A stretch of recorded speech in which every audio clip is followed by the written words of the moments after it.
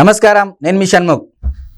దేశానికి రైతు వెన్నెముక లాంటి వాడని చెప్పేసి అందరూ చెప్తా ఉంటారు. స్టేటస్లు కూడా పెడతా ఉంటారు. వాట్సాప్ స్టేటస్లు కానీ ఫేస్బుక్లో కానీ ఒక రైతు దినోత్సవం నాడు కేవలం స్టేటస్లు పెట్టుకొని అట్టహాసంగా ఆ ఒక్కరోజు మాత్రమే జరుపుకునేటువంటి ఈ రోజుల్లో నిజంగా రైతుల మీద ప్రేమ ఉందా? అటు ప్రభుత్వానికి ఇటు ప్రజానికానికి రైతుల మీద అంటే ఒక అవగాహన ఉందా అనే విషయం పట్ల మనం మాట్లాడుకున్నట్లయితే మరి గత ప్రభుత్వానికి ఈ ప్రభుత్వానికి రైతుల మీద ఎంత మేర చిత్తశుద్ధి ఉంది, అంతఃకరణ శుద్ధి ఉంది అని తెలుసుకోవడం కోసం ఈరోజు మనతో పాటు స్టూడియోలో సామాజిక ఆర్థిక రాజకీయ విశ్లేషకుడు మధుసూదన్ రెడ్డి గారు ఉన్నారు. నమస్కారం సార్. ప్రణామం సార్. దేశానికి రైతే రాజు అంటారు. దాని తర్వాత సైనికుడిని చెప్తారు. బార్డర్లో పనిచేసేటువంటి సైనికుడిని గురించి చెప్పుకుంటాం గొప్పగా. మరి అటువంటి రైతు గురించి నేటికి సమస్యలు వినపడుతూనే ఉన్నాయి, సమస్యలు తీరడం లేదు. కానీ గత ప్రభుత్వానికి అంటే జగన్మోహన్ రెడ్డి గారి ప్రభుత్వానికి ఇప్పుడున్నటువంటి చంద్రబాబు నాయుడు గారి కూటమి ప్రభుత్వానికి తేడా ఏంటి సార్? రైతుల మీద ఏ ప్రభుత్వానికి చిత్తశుద్ధి ఉంది, అంతఃకరణ శుద్ధి ఉంది? ఎందుకు నేను స్పెసిఫిక్గా చిత్తశుద్ధి అంటున్నానంటే ధాన్యం కొనుగోలు విషయంలో గత ప్రభుత్వానికి ఈ ప్రభుత్వానికి తేడా ఏంటి అని అంటే మీరేం చెప్తారు?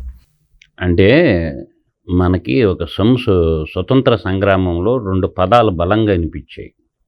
ఒకటి ఏంటంటే జై జవాన్, జై కిసాన్. అంటే రక్షకుడు, అన్నదాత సుఖీభవ. అంటే రైతు పంట పండించడం వల్ల రైతు ఒక్కడే తినడు, ప్రపంచానికి విశ్వానికి మొత్తానికి అన్నం పెడతాడు, ప్రజలందరికీ అన్నం పెడతాడు. కాబట్టి రైతే రాజు అంటారు. కానీ నా దృష్టిలో వ్యవసాయం అంటే ఎన్నో పలుదపాలు చెప్పా. వ్యవసాయం అంటే వ్యయం చేయటం, సాయం అడగటం. ఇది నేటి పరిస్థితి, నేటి దుస్థితి. కారణాలు లేకపోలేదు. ప్రపంచీకరణ నేపథ్యంలో, గ్లోబలైజేషన్ నేపథ్యంలో ప్రభుత్వాలు ప్రత్యామ్నాయ మార్గాలు అన్వేషించకుండా కేవలం ఊరేసుకునే పరిస్థితి నేటి దుస్థితి. కాబట్టి రైతాంగాన్ని కూడా మనం ఏం చేయాలంటే వాళ్ళని మార్పు రావాలా, వాళ్ళకి కావాల్సినవన్నీ అందించాలా. పంట పండించడమే రైతు చేసినటువంటి నేరమా అనిపిస్తుంది నేడు. ఒకప్పుడు వరిధాన్యం లేనప్పుడు చిరుధాన్యాలు, బాగా గుర్తుపెట్టుకోవాలి పదం, వరిధాన్యాలు లేనప్పుడు చిరుధాన్యాలు పండిస్తే ఆరోగ్యవంతమైనటువంటి భారత సమాజం ఉన్నటువంటి నాటి పరిస్థితులు, 100 ఏళ్ళు పైగా బతికినటువంటి పరిస్థితులు, హాస్పిటల్కి పోయి మందులు ఇంజక్షన్లు వేసుకోనటువంటి జీవన విధానం ఉన్న దాంట్లో నుంచి నేను ఆ వరి అన్నమే పరమాన్నంగా అనుకొని రోజు గ్లూకోజ్ ఎక్కించుకుంటా షుగర్ భారతాన్ని ఏర్పాటు చేశారు. ఈరోజు 35 కోట్ల మందికి పైగా షుగర్ జబ్బు ఉంది. అంటే ఇక్కడ మన సౌత్ ఇండియాలో అంటే దక్షిణ భారతదేశంలో ఎక్కువగా అన్నం పరబ్రహ్మ స్వరూపం అనే ఒక నినాదంతో ఏదైతే ఉందో అన్నాన్నే ఇక్కడ ఎక్కువగా తినాలవాటు ఎప్పటి నుంచి పూర్వీకుల నుంచి ఉంది. లేదు, తప్పు. అన్నం పరబ్రహ్మ స్వరూపం అంటే తినే పదార్థం. అన్నం అంటే ఊరన్నమే కాదు, జొన్నన్నం తిన్నారు, కొర్రన్నం తిన్నారు, రాగి ముద్దలు తిన్నారు. వాళ్ళంతా ఆరోగ్యంగా ఉన్నారు. ఎప్పుడైతే ఈ వరి పండియటం బెంగాల్ మొదటి స్థానంలో ఉంది, ఇది వెస్ట్ బెంగాల్, దక్షిణ భారతమే కాదు, పంజాబ్ ధాన్యం పండించడంలో, బాస్మతి రైస్ పండించడంలో వాళ్ళు పంజాబ్ రైతులు ఉన్నారు. ఈ మధ్యకాలంలో వీటన్నిటిని తొక్కేసి మన అన్నదమ్ముడైన తెలంగాణ రాష్ట్రము వరి ధాన్యం పండించడంలో అగ్రస్థానంలో ఉంది. అంటే ఈ నదుల మీద డ్యాములు నిర్మాణం చేసుకొని తర్వాత సైంటిఫిక్ శాస్త్ర సాంకేతిక రంగాలు అభివృద్ధి చెందిన తర్వాత భూగర్భ జలాలు గంగని పైకి తెచ్చి గంగమ్మని పొలాలు పండిస్తున్నారు. తర్వాత ఎలక్ట్రిసిటీ ఫలితంగా అప్పుడేముండేవి, దిగుడు బావులు ఉండేవి. ఒక 30 అడుగుల లోతు లోడుకుంటే వాటర్ వచ్చే బావుల మీద వ్యవసాయం చేసేవాళ్ళు. మా చిన్నతనంలో కూడా యాతం దొక్కేవాళ్ళు. యాతం అంటే ఎద్దులతోటి 2 మనుషులుండి కొంత పండించుకునేవాళ్ళు. కానీ ఈరోజు శాస్త్ర సాంకేతిక రంగాలు అభివృద్ధి చెందిన తర్వాత, యాంత్రీకరణ వ్యవసాయంలో వచ్చిన తర్వాత అధిక శాస్త్రవేత్తలు కూడా అధిక దిగుబడి వంగడాలు కొనుక్కోవడం వల్ల దీర్ఘకాలంలో పండే పంటలు, ఒకప్పుడు నెల్లూరు మొలగొలుకులు అంటే ఫేమస్, 6 నెలలకి పంట పండేది, దిగుబడి తక్కువ వచ్చేది.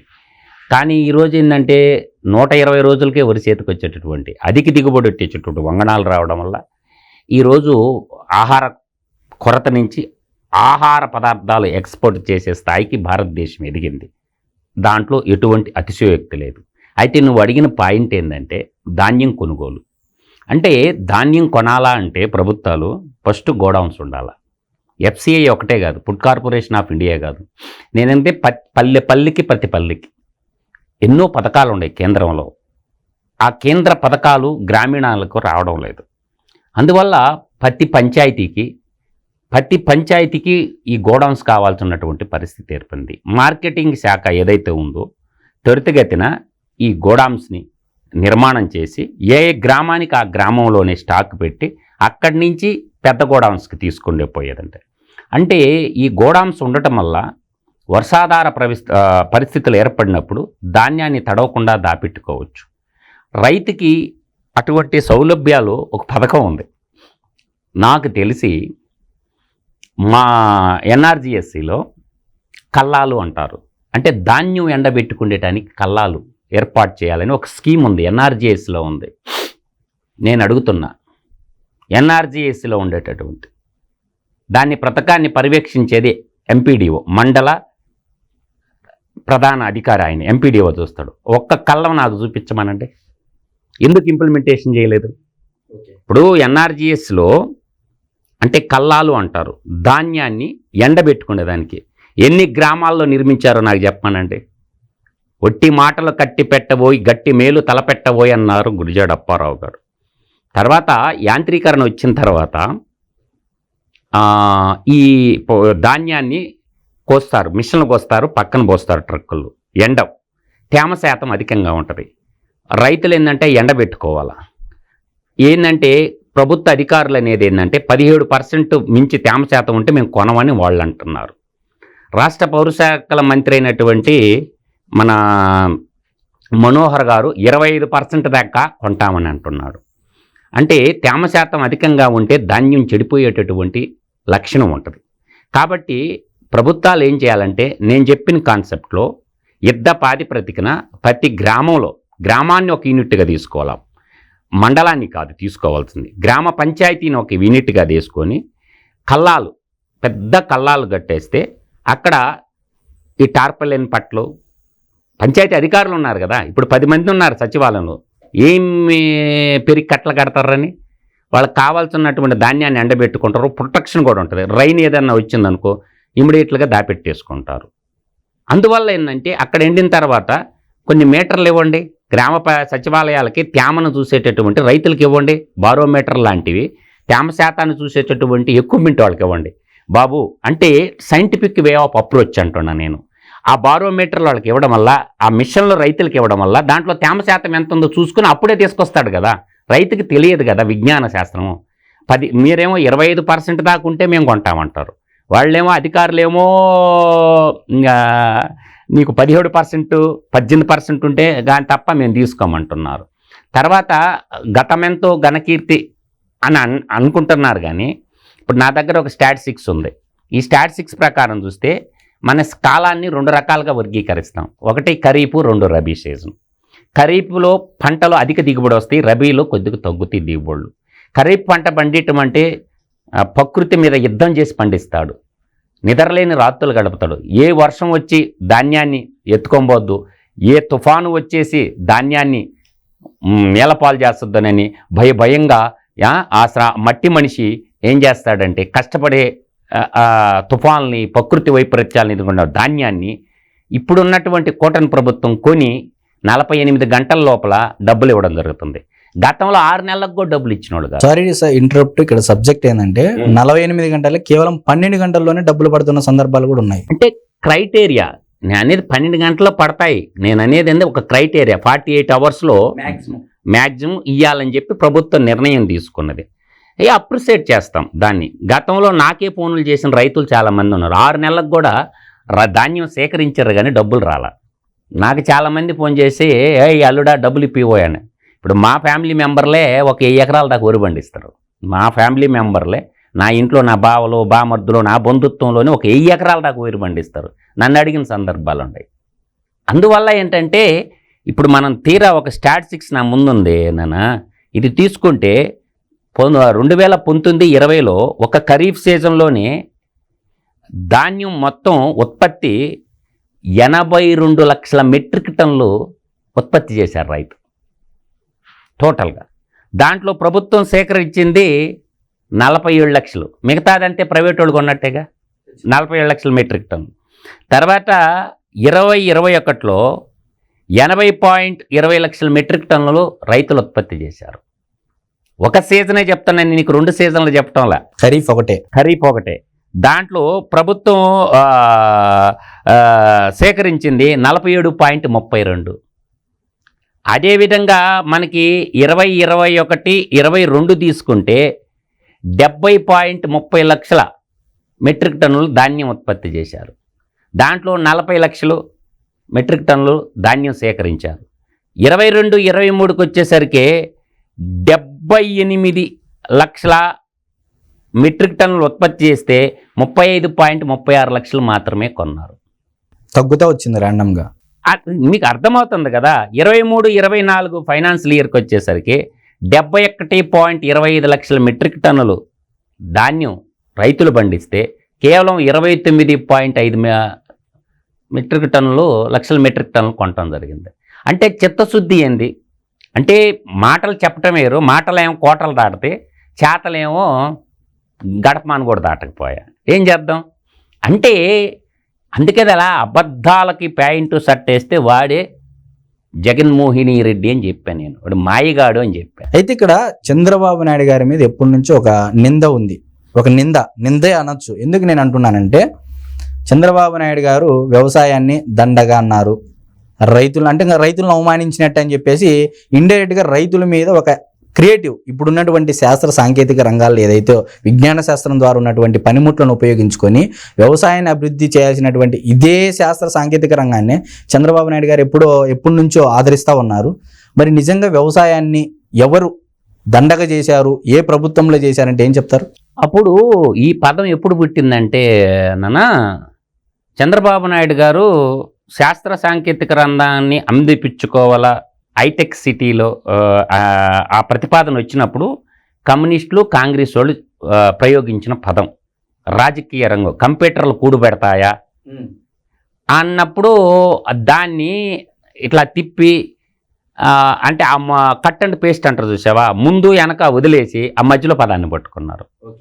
వ్యవసాయం దండకు కాదు, వ్యవసాయం ద్వారానే ఈ చదువుకున్నారు పిల్లలు, చదువుకొని తద్వారా ఆ వ్యవసాయ కుటుంబాల్లో పుట్టిన పిల్లలు డాలర్లు సంపాదించారు, డాలర్ల పంట పండించాడు. వ్యవసాయ బిడ్డలు వ్యవసాయము కష్టంగా తరంగా ఉన్నప్పుడు ఇంటికొక బిడ్డ ఇంజనీరింగ్ చదువుకుంటే డాలర్లు పండించవచ్చు అన్న ఉద్దేశంతో ఒక చిన్న ఓడు అసెంబ్లీలో ఒక చిన్న ఓడు ముందు వెనక కంపేర్ చేసి చెప్తుంటే దీన్ని ఏం చేశారంటే ఈ కమ్యూనిస్టులు కాంగ్రెస్ వాదులు దాన్ని ప్రచారానికి మొదలు పెట్టుకున్నారు. అందుకని నాయకుడు ఉచ్చారణ చేసేటప్పుడు టంగ్ స్లిప్ కాకూడదు. అందువల్ల ఏంటంటే ఒక్కోసారి మాట్లాడేటప్పుడు కొన్ని పదాలు దొల్లుతాయి, దాన్నే పట్టుకుంటారు షణ్ముఖ్. అది కాదు. ఈరోజు ఏమైంది, బాబుగారు ఆ రోజు చెప్పిందే జరిగింది. ఇవాళ ప్రతి ఒక్క పిల్లోడు ఇవాళ రైతుల బిడ్డలు ఎంతమంది వ్యవసాయం చేస్తారో నాకు చెప్పండి. చదువుకున్న బీటెక్ చదువుకున్న వాళ్ళందరూ అమెరికా, ప్రపంచ దేశాల్లో అన్ని దేశాలకి కెనడా కానీ, అమెరికా కానీ, ఆస్ట్రేలియా కానీ, లండన్ కానీ, పోలాండ్ కానీ ఎన్ని దేశాల్లో సాఫ్ట్వేర్ ఇంజనీర్లుగా పనిచేస్తున్నారు. అంటే ఆనాటి మాట నేడు నిజమైందని తెలుస్తుందిగా. అందువల్ల ఏంటంటే వ్యవసాయంలో శాస్త్ర సాంకేతిక రంగాలకు నాంది పలికింది ఎవరు? ఇలా sprinkler drip irrigation system Israel నుంచి తెచ్చాడు. అది ఉద్యానవన పంటలకు బాగా ఉంటుంది, నీళ్లు తక్కువగా ఉన్న చోట. అందువల్ల ఏంటంటే నీటి వనరులు తక్కువగా ఉన్న చోట డ్రిప్ సిస్టమ్ ద్వారా పంటలు బలంగా పండించుకుంటుంటే, ఇప్పుడు ఉదయగిరి నియోజకవర్గం అంతా నీకు ఒక్క మండలం తప్పనిచ్చి మిగతా 7 మండలాలు హార్టికల్చర్ ఉంటుంది. అయితే డ్రిప్ 90% డ్రిప్ సబ్సిడీ ఇస్తుంటే చంద్రబాబు నాయుడు గారు ఈ కలికాల కాలకేయుల ముఠ, ఈ మిడతల దండు ముఠ, ఈ కలికాల జగనాసురుడు, ఈ కలికాల కాకరి గడురు ఈ 5 ఏళ్ళు డ్రిప్ ఇవ్వలేదుగా. అనంతపురం సొంత పార్టీ ఎమ్మెల్యేలే కన్నీళ్లు పెట్టుకున్నారు అసెంబ్లీలో. అడుక్కున్నారు. అన్న అని అడిగేదేంది? నువ్వు ఒక ఎమ్మెల్యేవి, పైకి కింద కడగాల, అడక్కోకూడదు. నువ్వు ఒక ఎమ్మెల్యేవి కాబట్టి ఎందుకు ఇవ్వరు డ్రిప్పు? ఇప్పుడు మళ్ళీ బాబు గారు వచ్చిన తర్వాత 90% సబ్సిడీతో డ్రిప్ ఇస్తున్నాడు. ఈ ఎన్ఆర్జీఎస్ని ఇప్పటి నుంచో వ్యవసాయానికి అనుబంధం చేయమంటున్నారు. ఇవాళ పంట తోటలు వేసుకుంటే ఎకరాకి 90,000 రూపాయలు దాకా ఇచ్చాడు నిమ్మ చెట్లకి చంద్రబాబు నాయుడు కాలంలో. చాలామంది మర్చిపోతున్నారు. హార్టికల్చర్ మొక్కలు వేసుకున్నటువంటి వాళ్ళకి 90,000 వచ్చినాయి ఎకరాకి, మా విలేజ్లోనే వచ్చినాయి. తర్వాత చంద్రబాబు నాయుడు గారి పీరియడ్లో హార్టికల్చర్లో షెడ్లు ఇచ్చాడు. ఏది పండ్లు దాపెట్టుకోవటానికి, పండ్లు పెట్టుకోవటానికి షెడ్లు, హార్టికల్చర్ తోటల్లో 5 ఎకరాలు ఉన్నోడికల్లా షెడ్లు ఇచ్చాడు. ఫారం పండ్లు ఇచ్చాడు. ఫారం పండ్లు కూడా దవ్వుకున్నారు అందరూ, నీటిని నిల్వ పెట్టుకొని అవసరమైనప్పుడు వాడుకునేది అక్కడ. అందువల్ల పనిమంతుడికి పనికి మాలినోడికి నేను ఎప్పుడు చెప్తా, చంద్రబాబు గారి పాలన గణరాజ్యము అని. మన వాళ్ళకి గణరాజ్యం అంటే కూడా తెలియదు కదా. అంటే గణరాజ్యము అంటే ప్రజారాజ్యము అని అర్థం. వాడిదంతా ఏకస్వామ్యం, నియంతృత్వం కదా. కళ్ళార్పకుండా అబద్ధాలు చెప్తాడు. చేయని పని కూడా నేను చేశాను అని చెప్పి భుజాలు తోడుకుంటాడు. అందువల్ల నేను అనేది, ఒక 3 అంకణాల రూమ్ కడితే అది రైతు భరోసా కేంద్రం వద్ద ఎన్నొడ్లు పడతాయి. అందువల్ల నేను అనేది ఏంటంటే, ఇప్పుడున్న కూటమి ప్రభుత్వానికి నేను ఒక మంచి సజెషన్ ఇస్తున్నాను.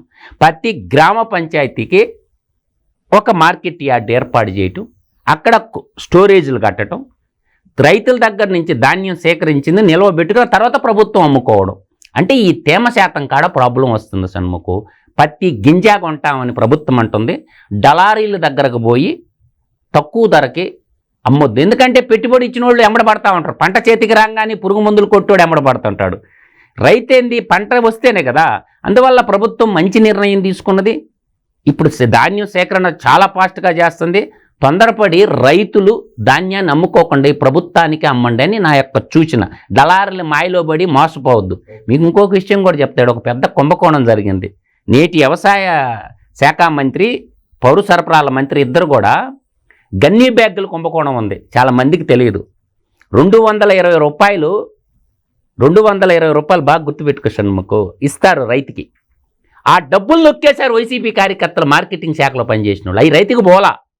గన్నీ బ్యాగులు రైతుకి ఫ్రీగా ఇస్తారు, అమాలీ ఛార్జీ రైతుకు పోవాలా. ఒక్కొక్క బస్తాకు వచ్చి 220 రూపాయల లెక్కన నొక్కేశారు. ఆ గన్నీ బ్యాగుల కుంభకోణాన్ని కానీ, తాడేపల్లి కేంద్రకంగా జరిగిన కుంభకోణం, అంటే బంగ్లాదేశ్ నుంచి గన్నీ బ్యాగులు తెచ్చి చివరికి రైతులకు ఇచ్చే గన్నీ బ్యాగులు కూడా అవినీతి చేసినటువంటి గత చరిత్ర. కాబట్టి ఆ గన్నీ బ్యాగుల కుంభకోణాన్ని కానీ బయటికి తీస్తే చాలా పెద్ద కుంభకోణం. దాని మీద కూడా దృష్టి సారించమంటున్నారు. రైతుల కాడ డబ్బులు తీసుకున్నారు, కానీ వీళ్ళు అకౌంట్లో రైతుకి ఇచ్చినట్టు రాశారు. మార్కెటింగ్ శాఖ పుస్తకాలు, మార్కెటింగ్ డైరెక్టర్ల ఈ గన్నీ బ్యాగుల కుంభకోణం, గన్నీ అంటే లోడింగ్ అన్లోడింగ్ ఛార్జీలు, అమాలీ ఛార్జీలు, ఇవన్నీ యువజన శ్రామిక రైతు పార్టీలో ఉన్న డైరెక్టర్లు నొక్కేశారు. దీని మీద ఇమ్మీడియట్లుగా సిఐడి కానీ, విజిలెన్స్ ఎంక్వైరీ కానీ వేపిస్తే, ఫస్ట్ అగ్రికల్చర్ అధికారుల చేత ఎంక్వైరీ చేయించి ఆ కాలంలో ధాన్యం అమ్మిన రైతులందరిని అడిగితే ఈ తేనె తుట్టే కదిలిచ్చిన వాళ్ళు అవుతారు. ఆ డబ్బులు కూడా రెవెన్యూ రికవరీ యాక్ట్ పెట్టి తీసి మళ్ళీ రైతులకి ఇవ్వమని నేను చెప్తున్నాను. ఎవడెవడైతే దోపిడీ చేశాడో ఆ రైతులకు పోలా. గన్నీ బ్యాగ్ డబ్బులు కానీ, తర్వాత ఈ అమాలీ ఛార్జీ డబ్బులు కానీ, ట్రాన్స్పోర్టేషన్ కూడా కొంత ఇస్తారు. ఈ డబ్బులన్నీ మార్కెటింగ్ శాఖలో పనిచేసిన ఈ యువజన శ్రామిక రైతు పార్టీ కార్యకర్తలు నొక్కేశారు. కాబట్టి దీన్ని మీ విచారణ ఎంక్వైరీ, విజిలెన్స్ ఎంక్వైరీ చేయించి ప్రభుత్వం, వ్యవసాయ శాఖ మంత్రి కానీ, పౌర సరఫరాల శాఖ మంత్రి ఎంక్వైరీ చేసి ఆ డబ్బులు కూడా తిరిగి రిటర్న్ కానీ రైతులకు కానీ ఇప్పగలిగితే రెవెన్యూ రికవరీ యాక్ట్ ప్రయోగించి ఈ చంద్రబాబు నాయుడుకి కూడా మంచి పేరు వస్తుంది. దాని మీద కూడా దృష్టి సారించమని నేను చెప్తున్నా. Thank you sir. నమస్తే. నమస్కారం.